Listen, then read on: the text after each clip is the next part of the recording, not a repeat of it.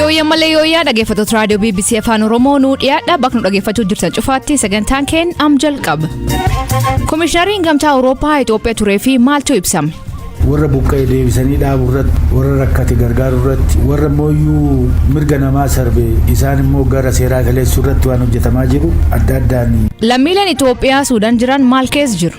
Hammayyoonatti rakkoo amma poolitikaa biyya kana mudatee wajjin wal qabatee wanni mudate tokko illee hin jiru. Bareechinee hordofaa jirra, gorsaa jirra. Qonni magaalaa maal fakkaata nam dubbiif? Saawwan kan qabu jabbileen qaba kan elmamanis jiru wal faana gara 10 ta'aniiru. Kan hin jalqabe sa'a 2 fi sa'a 3 ta'anii. Kanaaf oduu dabalatan waliin tura an asli galgaloo.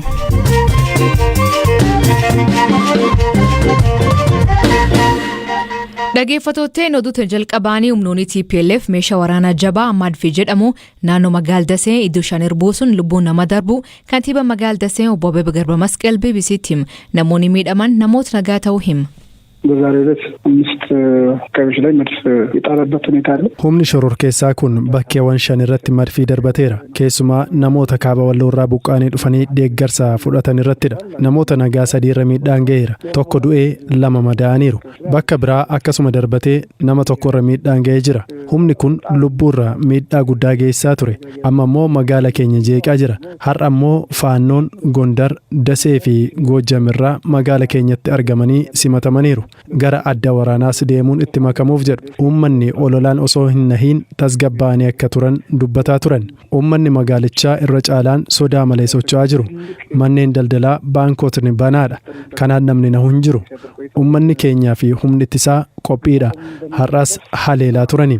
Humnootni kunneen bakkeewwan to'atan hedduutti miidhaa guddaa namoota siviilirra geessisaa jiru. Bakka to'atanitti namoota hedduu ni ajjeesu. Humni qilleensa waraana Itoophiyaa magaalaa guddoo naannoo Tigraay Maqaleetti haleela qilleensaa arraawwateeni namoonni jajjeefamanii 20 ol madaan eegi torbe dabree magaalattiin amma yeroo jaafaaf haleelamte. Zalaalam Taadessaa dabalataan sanitti. Humni qilleensarraa Itoophiyaa yeroo lammaffaaf indaastirii injineeringii Masfiin magaalaa Maqaleetti argamu haleelem. Erga yeroo dhiyoonaas itti fufinsaan mootummaan Itoophiyaa iddoowwan shaakala loltummaa fi supha meeshaalee waraanaa TPLF jedhu irratti haleellaa qilleensarraa raawwataa jira. Haleellaa kanaan namootni 6 ajjeefamuu himamaa jira. Qindeessaan tajaajila yeroo balaa hospitaala Haayider Abbabee Haftuu tajaajila BBC Tigiriinyaaf yaada kennaniin namoota haleellaa kanaan miidhaman 27 wal'aanaa akka jiran himan. Daa'imman dabalatee namootni 6 haleellaa qilleensaa kanaan du'aniiru jedhan. Tajaajilli kominikeeshinii mootummaa Itoophiyaa fuula miidiyaa hawaasummaa isaa irratti ibsa baaseen miidhaa namoota nagaa irratti haleellaa kanaan qaqqabe ilaalsee waan jedhe hin qabu. Dubbii himaan TPLF obbo Geetaachoo Raddaa haleellaan xiyyaaraa Maqaleetti akka gaggeeffame himuun miseensotni maatii lamaa hunduu sababa haleellaa qilleensaa kanaan ajjeefamuu suuraa mana haleellaa kanaan miidhame waliin maxxansaniiru. Gareen ittisa humna qilleensaa keenya jeetti diinaaf deebii kennaa jiru jechuun fuula Tiwiitarii isaanii irratti baasanii turan. Haleellaa xiyyaaraa mootummaan Itoophiyaa dhiyeenya naannoo Tigraay keessatti taasisu kun torban lammaffaa isaa kan qabate yoo ta'u kan har'aa dabalatee si'a 6 ta'uu isaati. Gama biraan FBC'n akka gabaasetti humnootni TPLF walloo kaabaatti qofa manneen barnootaa 832 guutummaan guutuutti barbadeessaniiru. Barattootni 300,000 fi 30,000 ol barnootaan ala ta'uu isaanii eera gabaasichi. Dabalataan waraanni humnoota TPLF fi humnoota mootummaa federaalaan bobbaafaman gidduutti gaggeeffamaa jiru naannoo magaalota akka Dasee fi Kombolchaatti cimee itti fufuutu himama. Dabalataan gabaasni FBC biraan akka eeretti cifraatti haleellaa TPLF baneen lammiileen 100 lakkaa'aman qe'ee fi qabeenya isaanii irraa buqqaaniiru.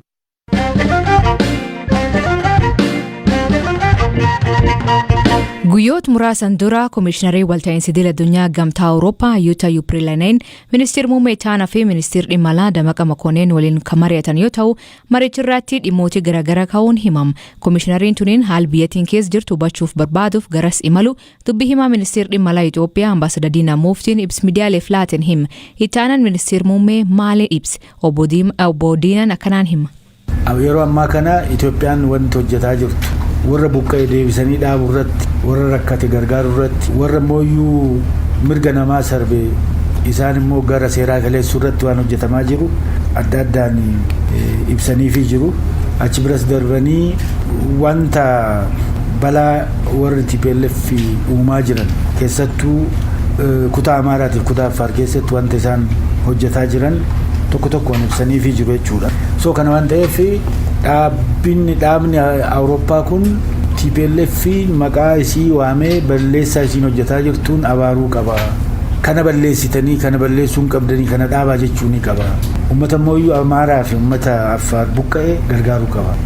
Haala jedhuun kanarraa Itoophiyaan muufii qabdi. Maaliif Awurooppaan wanta jiru akka jirutti haasa'uu hin dandeenye. Gara mootummaa wanta hojjetu wanta gaarii ibsuu hin barbaadu, dubbachuu hin barbaadu, himuu hin barbaadu, beekuus hin barbaadu ka jedhu haalumaan ibsaniifi jiru jechuudha. Gamtaan Afrikaa fonqolcha mootummaa hordofee Suudaan sochii isaa hundi irra dha'u. Kanaaf mareen dhimma hidha guddicha Abbayyaa irraa gaggeeffamu maal ta'a ka jedhuu fi Ambaasaadar Diinaan akkan jedhu. ይሄ በድርድሩ ላይ ምን ኢምፓክት አለው የሚለው እኛ አደራዳሪው አፍሪካ ህብረት ነው። Gamtaan Afrikaa Sudaaniin sochii isaa raaqeera. Kan wal arguun mari'atu biyyoota sadanidha. Sudaan gamticharraa waan dhorkamteef dhiibbaa akkamii qaba kan jedhuuf kana booda nuyi mariif hin deemnuu hin jennu. Yoomiyyuu qophiidha. Qaamni nu mariisisu wuxineef dee dhufa. Ministeerri Haajaa Alaa Koongoo asis dhufanii Kaartumis deemuun maricha yoom jalqabna kan jedhu irratti hojjechaa turan. Amma murtii gamtichaa ni kabajna. Dhaabichi kan keenya. Hundeessituus miseensas waan taaneef murtoo dhaabichaa ni kabajna. Nu dursee murtoo gamtichaa biyyi kabaju jiraachuun qabu. Sudaan gamticha keessaa haqamteetti haa turu yoo jedhame nuyi maal goona? ድርድሩ አይሆንም ከተባለ የሚቆይ ከሆነ እኛ ምን እናደርጋለን?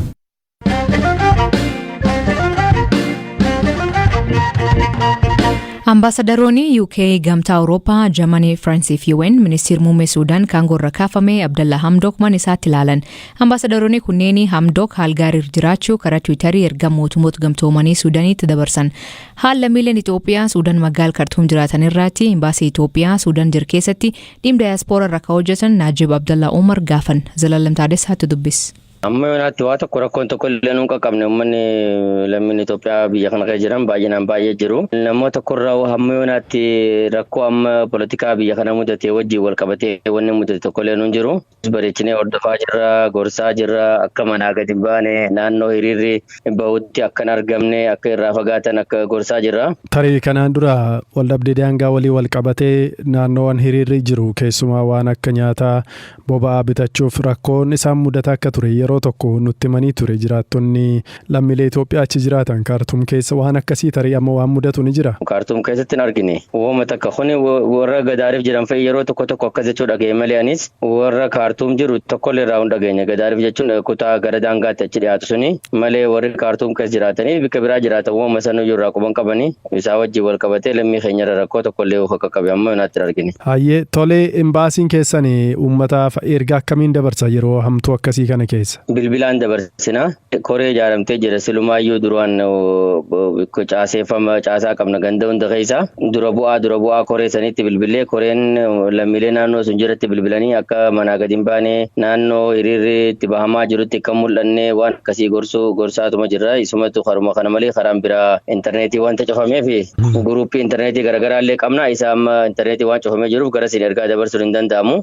Najib haalli nageenyaa fi sochii magaalaa Kaartuum keessa jiru maal fakkaata? Ati akka jiraataa tokkottis ta'e akka hojjetaa imbaasii Itoophiyaa achi jiru tokkotti maal taajjabdame? Haalli jiramu karaan bakka baay'eetti cufaadha. Magaalaa keessa socho'uudhaa fi karaa cufanii jiru. Uummanni gabaa lagannaa labsanii jiru. Bakka tokkotti gabaa lagannaan kun bakka hojii irratti oolee jira. Bakka hojii irratti hin oollees jira. Garuu socho'uudhaaf baay'ee nama rakkisa. Ganda tokko baatee ganda tokko dhaquudhaaf baay'ee nama rakkisa. Karaa tokko garuu karaa amma mootummaanis hawaasa naannootii wajjin ta'ee banee hojjechaa jiru jira. Baay'inaan gara caalu garuu karaan cufaadha. Isumayyuu guyyaa 2-3 kana keessa hiriira baay'inaan baana kaja'amu faas odeeffannoon olii gad deemu tokko ni jira. Dhugaa ta'uu sobaa ta'uu karumatu jira. Garuu namni of eeggannaadhaan socho'aa jira. Karaan duwwaadha. Baay'ee namni socho'uu argitu. Sochiin biizinesii hin jiru. Manneeti nyaataa iddooti waa bitan waan kun ni jira. Hin jiru. Baay'ee darbee argita. Mootummaan akka hojii deebitan jedhee waamicha dhiyeessee jira. Baankiillee waan tokko akka banamee hojii deebi'amu mootummaan labsee jira. Mormitoonni gabaa lagannaa waan akkasii jedhanii wanni godhaa jiranii kanumaaf amma inni hojjechuu barbaadilleen waanuma tokko sojaadhaaf hin banini garuu dhibbatti wanti cufamee hojiirra oolan jiru gabaa lagannaan kunis gara caalu garuu garri caalu hojjetamaan jiru karaayyuu darbee nama argita malee baay'inaan nama argitu. Humni waraanaa magaala keessa bobbaafamee dhufaa ni jira? Ni jira. Humni poolisiitiis kan waraanaatiis humna RSF jaanii humna furgaatu humna jaanii jiru humna hundarraa hojiin taanii magaalaa keessa bika garagaraatti rarramadamanii bu'anii jiru.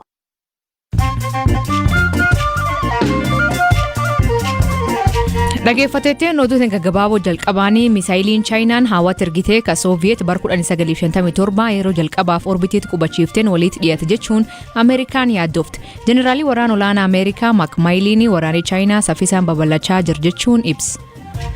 Tajaajiltoonni fayyaa Keeniyaa hojii qacaramuu fi iyyata UK galchan qormaata Ingiliffaa jiguun hojii dhaban. Nasoota Keenyaa 300 keessaa 10 qofaatu qormaata Ingiliffaa darbuun hojii tajaajila fayyaa UK argatan. Biyyooti lixaa qabeen bar kolonii Afrikaa irraa hattee deebisaa jirti. Arraa pireezidantiin Firaans Emmanuel Macron hojii ogummaa dinqisiisaa ta'etti ilaalamuu 26 kaloltoonni isaanii Benin irraa hattee deebisti. Akkasuma kalee Biriteen siida kormlukkuu nahaas irraa hojjetame ka dura Nigeeriyaa irraa hattee deebifti. Ergamtoonni UN ugurii waggaa 20 mootummoota lixaa Zimbabwe irkaan akkaafamu gaafatan. Ugurii kun biyyattii gara hojii fi fayyaa gar malee miidhuu himan keessattuu hiyyeessii guddoo rakkate.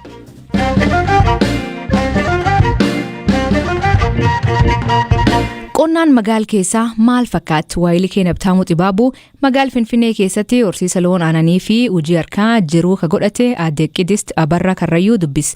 Harmeen tuni hojiilee kan dabalatee faashin diizaayinii fi ijoollee isii kunuunsuu fi barnootan gargaaru hojii isii guyyaa guyyaatti wal baradha. Ogummaa harkaa kan hojjedhu akka kophee fa'aa, kophaa dheeraa kan dubartootaa fi kan daa'immanis nan hojjedha. Akkasumas iskaarbii, koofiyyaa fa'aa, haguugaa harkaa fa'aan hojjedha. Hojii harkaa kanan eegalee gara waggaa 4 ta'eera. Akkamiin jalqabee haati koo duraan hojii harkaa hojjetti isheerraan baradhee ani immoo guddiseetan gara kopheettan fide. Kophee sana duraanii mucaa koofan hojjedhe jechuudha. Achitti waamicha adda addaa fa'aa inni waamamu ogummaa harkaatiin kan hojjedhe kan ufuma koo hojjedhe akkuma kennaa isuma kennaa naa baraa deemee jechuudha. Kanuma irra ka'eetu namoonni adda addaa na gaafachaa dhufanii jechuudha akka isaaniif hojjedhu. Horsiisa loonii kanan jalqabee waggaa 3 na ta'uu fi akkamittan jalqabee warra korradha. Abbaan koo amma lubbuun hin jiru nafseesaa waaru inni baay'ee hojjetaa ture horsiisa loonii irratti jechuudha. Sarraan baree hojii. Aannan kana akkamittan dhiyeessaa asuma fu'een naannoomatti jiraadhu dallaa'umatti ani naannoomatti jiraadhuti dhufanii fudhatu namoonni jechuudha. Saawwan kanan qabu jabbileen qaba kan elmamanis jiru wal faana gara 10 ta'aniiru kan hin jalqabe sa'a 2 fi sa'a 3 dhaani. Qonni magaalaa hin ulfaata garuu ani hin ulfaata jeen keessa koo waan hin amansiisee fi hojjechaa jira. Nyaanni isaanii hin rakkisa amma gatiinis waan baay'ee dabalee fi nyaata horii qonnaa bultoota irras nan argadha. Warshaalee daakuufaa achi deemin gaafadheen argadha. Hojii lamaan kana wal faana deemsisuu fi dhamaadha. Kutannoon barbaachisa. Lammaffaa immoo abbaa manaan koo na gargaara, obboleessi koos na gargaara. Kanaaf kutannoodhaan hojjechaa jira jechuudha. Yeroo duraadhaaf jechuudha. Yeroo jalqabaaf na dadhabsiisaa ture.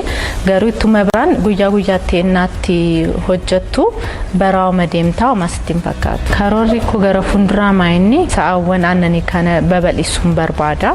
Ogummaa harkaa immoo mana barumsaa iddoo gahaa otoo argadhee barsiisuun barbaada. Maaliif kan baratanii hojiin arganneefaa ijoolleen jiru, haadholeen jiru isaan fa'aa waan akkana waan barbaadanii fi galii waan barbaadaniif ani immoo leenjii isaanitti kenneen jechuudha. Akka isaanis fayyadamaniin barbaada. Dhaggeeffattoonni sagantaan irraa ganumaa nu waliin turuu keessaniif ulfaadha isaniin jenna. Mammaansi galgala kanaa martee erbeen kosii galte. Hiikan isaa isan biraatti maanii kooment keessatti nu beeksisa. Sagantaa kan qophees Zilaalem Taadassaa gam teknikaatiin Oskar Bunga keessaniif dhiyeessan Asli Galgalooti Agborii isaatti akkana nagawaa akee bulaa oraa bulaa deebana hangafamaan dhan bulaa.